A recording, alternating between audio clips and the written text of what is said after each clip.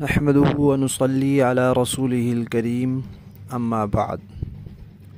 ترجمے والے قرآن پاک کا صفحہ نمبر 864، 24واں پارہ، سورہ زمر، چوتھا رکوع، آیت نمبر 39 تا 41۔ اعوذ باللہ من الشیطان الرجیم، بسم اللہ الرحمن الرحیم۔ قل یا قوم اعملوا على مكانتكم إني عامل فسوف تعلمون من يأتيه عذاب يخزيه ويحل عليه عذاب مقيم إنا أنزلنا عليك الكتاب للناس بالحق فمن اهتدى فلنفسه ومن ضل فإنما يضل عليها وما أنت عليهم بوكيل۔ صدق اللہ العظیم۔ پچھلی آیت میں اللہ تعالیٰ نے فرمایا تھا کہ آپ اگر ان سے پوچھیں کہ آسمان و زمین کا خالق کون ہے تو ضرور وہ کہیں گے اللہ۔ پھر آپ ان سے پوچھیں کہ اللہ کے علاوہ تم نے جو معبود تجویز کیے ہوئے ہیں کیا وہ اللہ کی طرف سے بھیجی گئی کسی تکلیف کو روک سکتے ہیں یا اللہ کی کسی رحمت کو روک سکتے ہیں؟ ہرگز نہیں۔ جب وہ یہ کام نہیں کر سکتے تو بس پھر اللہ کافی ہے، اور اللہ ہی پر بھروسہ کرنے والوں کو بھروسہ کرنا چاہیے۔ یہ توحید کا بڑا واضح اور عام فہم مثال کے ذریعے پیغام تھا۔ اس کے بعد فرمایا کہ دیکھو طرح طرح سے تمہیں توحید کا، رسالت کا اور آخرت کا عقیدہ سمجھایا جا چکا ہے۔ سمجھانے کی حد تک جتنی ضرورت تھی اس سے زیادہ دلائل دیے جا چکے ہیں، مثالیں پیش کی جا چکی ہیں، وضاحت بیان کی جا چکی ہے۔ اب بھی اگر تم نہیں مانتے تو پھر اللہ کے نبی تم سے منوانے کے لیے نہیں آئے۔ نبی تو مبلغ ہیں، پیغام پہنچانے کے لیے آئے ہیں۔ نبی کا کام ہے پیغام پہنچانا اور اس پر عمل کر کے اس کا نمونہ دکھلانا، تاکہ نبی کے پیغام کو نبی کے نمونے کے مطابق اپنایا جا سکے۔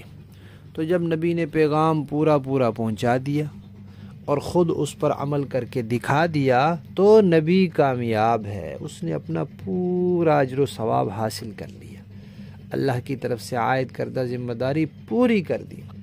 یہ عقیدہ ہے ہمارا کہ جتنے بھی انبیاء آئے سب انبیاء نے اپنی ذمہ داری پوری کی، کوئی نبی دنیا سے ناکام نہیں کیا۔ اب اگر تم نہیں مانتے تو ٹھیک ہے، جو تم چاہتے ہو، جو تم نے طریقہ اختیار کیا ہوا ہے، جو عقیدہ اور عمل اپنایا ہوا ہے اپنائے رکھو۔ قرآن کی مخالفت، شریعت کی مخالفت، شرک میں پڑنا، آخرت کا انکار، رسول کی رسالت کا انکار، اہل حق کو تنگ کرنا، یہ کرتے رہو تم، اور ہم اپنا کام کرتے رہیں گے، توحید کا پیغام پہنچاتے رہیں گے، قرآن کی اشاعت کرتے رہیں گے، عبادت کرتے رہیں گے، اپنے عقائد درست رکھیں گے اور دوسروں کی درست کرنے کی کوشش کرتے رہیں گے۔ تم اپنا کام کرتے رہو، ہم اپنا کام کرتے رہتے ہیں، پھر دیکھتے ہیں کہ عذاب کا شکار کون ہوتا ہے۔ اس دنیا میں بھی رسوا کن عذاب اور آخرت میں بھی دائمی عذاب، اس کا شکار کون ہوگا پتہ چل جائے گا۔ پھر اللہ تعالیٰ نے ایک اور دلیل دی، فرمایا دیکھو اللہ فرماتے ہیں کہ یہ تو پکی ٹھکی بات ہے کہ یہ کتاب ہم نے نازل کی ہے اور اے پیغمبر آپ پر ہی نازل کی ہے، اور لوگوں کے فائدے کے لیے نازل کی ہے۔ لوگ اس کو اپنا لیں گے تو ہدایت والے ہو جائیں گے، صحیح راستے والے ہو جائیں گے، اور بالکل برحق نازل کی ہے۔ نازل بھی ہم نے کی، نازل بھی آپ پر کی، لوگوں کے فائدے کے لیے نازل کی، اور بالکل برحق نازل کی۔ اب اس کے بعد جو اس کے مضامین میں غور و فکر کر کے اور پھر ان کے مطابق اپنا عقیدہ اور عمل بنا کر ہدایت اپنا لے گا، وہ اپنے فائدے کے لیے کرے گا، اور جو اب بھی بھٹکا رہے گا وہ اپنا ہی نقصان کرے گا، اس کا وبال بھی اسی پر ہوگا۔ اے پیغمبر، ہم نے آپ کو ان کے اوپر نگہبان، وکیل، داروغہ بنا کر مقرر نہیں کیا کہ آپ نے ڈنڈے کے زور سے ان سے صحیح عقیدہ منوانا ہے، آپ نے ڈنڈے تلوار کے زور سے ان کو صحیح عمل کرانا ہے۔ نہیں، آپ کا کام تھا پیغام پہنچا دینا۔ تلوار اس لیے نہیں ہے کہ ان کو زبردستی مسلمان بنایا جائے، جہاد اس لیے نہیں ہے کہ کافروں کو اسلام لانے پر مجبور کیا جائے، جہاد تو اس لیے ہے کہ جو لوگ دوسرے لوگوں کے اسلام لانے میں رکاوٹ بنتے ہیں، اپنی شان و شوکت کے ذریعے، اپنی قوت کے ذریعے جو دوسروں کے اسلام لانے میں رکاوٹ بنتے ہیں، تو ان کی شوکت کو ختم کیا جائے۔ اب دیکھیں اس وقت دنیا میں امریکہ کی ایک ظاہری شوکت ہے، اس کی وجہ سے بہت سے لوگ کھل کر فلسطینیوں کا ساتھ نہیں دے رہے۔ امریکہ، برطانیہ، فرانس، اقوام متحدہ، IMF، یہ سب ادارے جو ہیں ان کی ایک ظاہری شان و شوکت ہے، ان کی وجہ سے کوئی بھی عملی اور عسکری تعاون فلسطین کے مسلمانوں کے ساتھ نہیں کر رہا۔ تو اللہ تعالیٰ نے جہاد کا حکم اس لیے دیا کہ یہ شوکت توڑ دو، ان کی قوت نہ رہے، تاکہ اگر کوئی عمل کرنا چاہتا ہے دین پر تو اس کے دل میں کوئی خطرہ نہ رہے، اس کو ڈر نہ ہو، وہ خائف نہ ہو، وہ گھبرائے نہیں، اور آسانی سے دین پر عمل کرے۔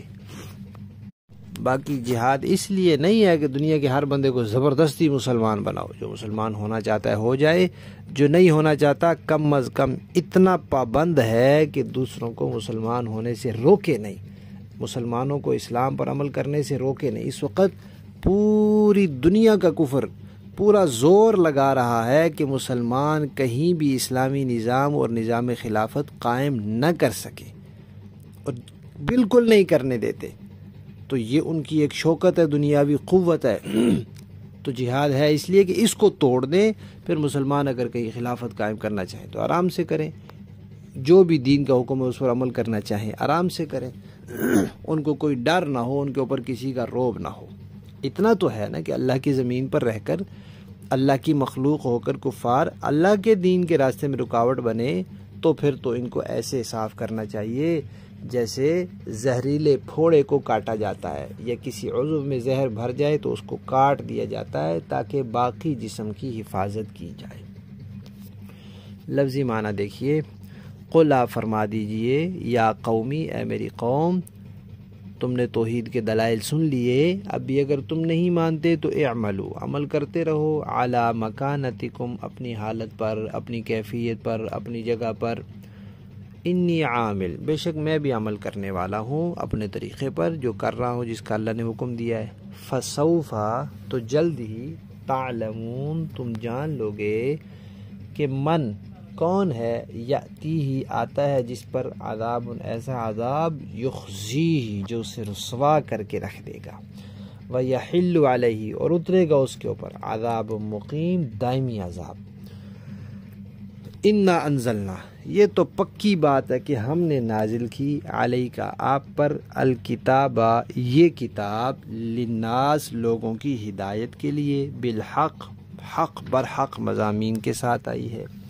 فمن، پر جو شخص اہتدا، ہدایت پائے گا، فلنفسی، تو اپنے ذات کے فائدے کے لیے، ومن ضل، اور جو گمراہ ہوا، فانما، تو سوائے اس کے نہیں، یضل، وہ گمراہ، اس کی گمراہی کا وبال ہوتا ہے، علیہا، اسی پر، وما انت، اور اے پیغمبر آپ نہیں ہیں، علیہم، ان پر، بھی وکیل، داروغے نہیں ہیں، آپ کو نگہبان بنا کر مسلط نہیں کیا گیا کہ ضرور آپ نے ان سے عمل کرانا ہی کرانا ہے۔ با محاورہ دیکھیں جی، قُلْ يَا قَوْمِ اعْمَلُوا عَلَى مَكَانَتِكُمْ إِنِّي عَامِلٌ فَسَوْفَ تَعْلَمُونَ۔ آپ فرما دیجئے کہ اے میری قوم کے لوگو، تم اپنے طریقے پر عمل کیے جاؤ، میں اپنے طریقے پر عمل کر رہا ہوں، پھر ان قریب تمہیں پتہ چل جائے گا۔ مَن يَأْتِيهِ عَذَابٌ يُخْزِيهِ وَيَحِلُّ عَلَيْهِ عَذَابٌ مُقِيمٌ، کہ کس پر وہ عذاب آتا ہے جو اسے رسوا کر کے رکھ دے گا، اور کس پر وہ عذاب آتا ہے جو ہمیشہ جم کر رہے گا۔ إِنَّا أَنزَلْنَا عَلَيْكَ الْكِتَابَ لِلنَّاسِ بِالْحَقِّ، اے پیغمبر ہم نے لوگوں کے فائدے کے لیے آپ پر یہ برحق کتاب نازل کی ہے۔